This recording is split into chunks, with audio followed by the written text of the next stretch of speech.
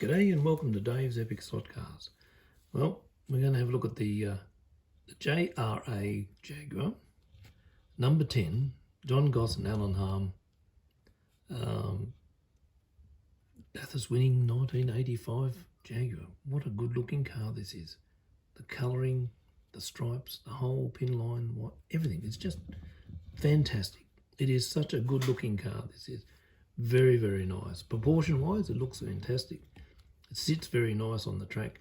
It looks good, and the livery, the whole thing is just as it is in real life, or as it was. I'm not sure whether, I think this number 10 or number 4 chassis is still running around. I'm not sure. But anyway, it's a beauty. It really is. Even down to the wheels, which were they were 17 by 12s, Speedline alloy racing. They did have, in real life, they did have TWR on the actual rims. We don't have that luxury, but that's okay. Who cares? It's a bloody beauty. It goes very well. So I've actually headed around the track just to try it out. But I like all these little touches down here. You've got your TWR, your Dunlop, all in on the front spoiler. TWR where the number plate would be. Jaguar Rover Australia on the headlights.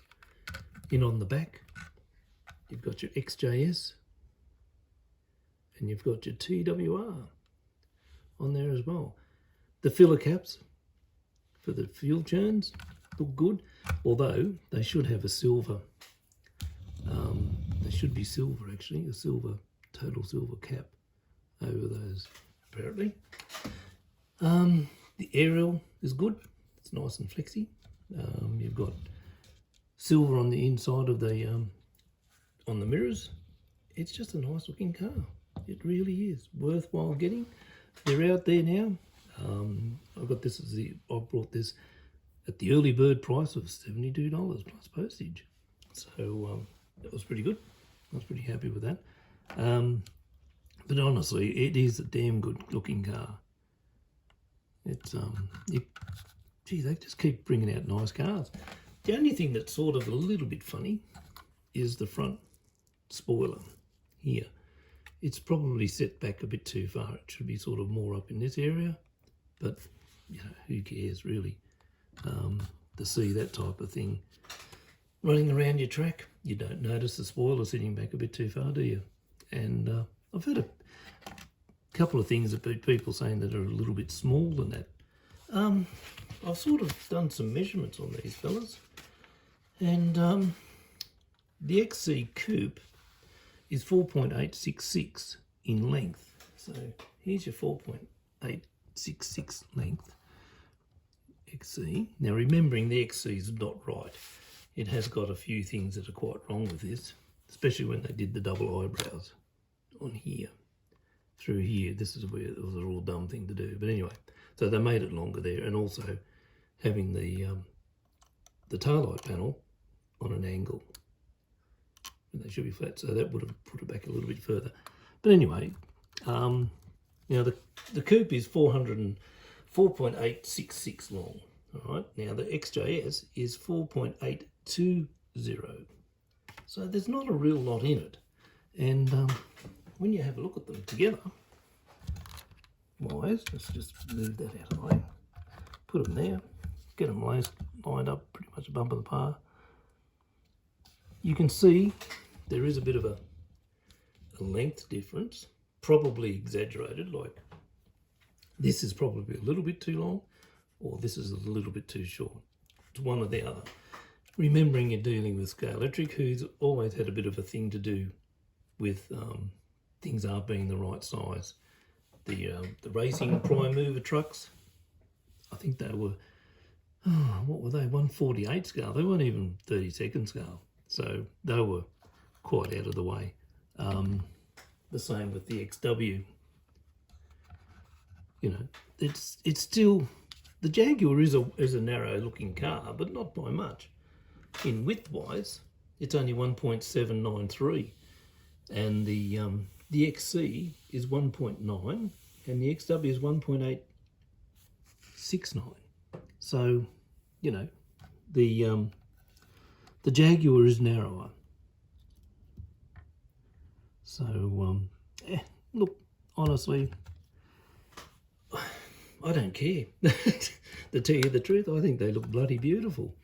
They're very good on it, you know. I reckon, yeah. Wouldn't even bother about whether they're too small. I mean, you know, it is a really nice car that Scalextric have done. All of them have been very well done. They look the part. They're a good representation of the car that they're doing, and all credit to them.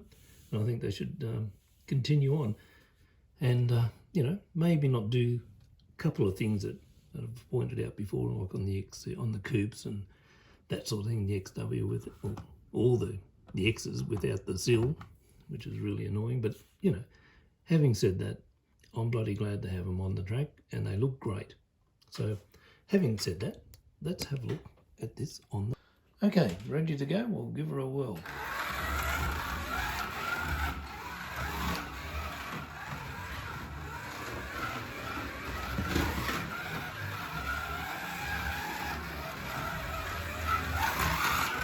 Pretty responsive, good headlights. Right around looks good.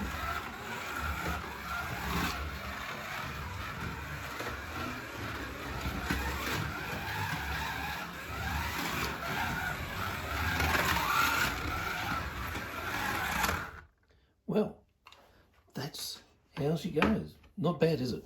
It's pretty damn good, this thing. Like all of them out of the box, they go like a rocket. Damn well.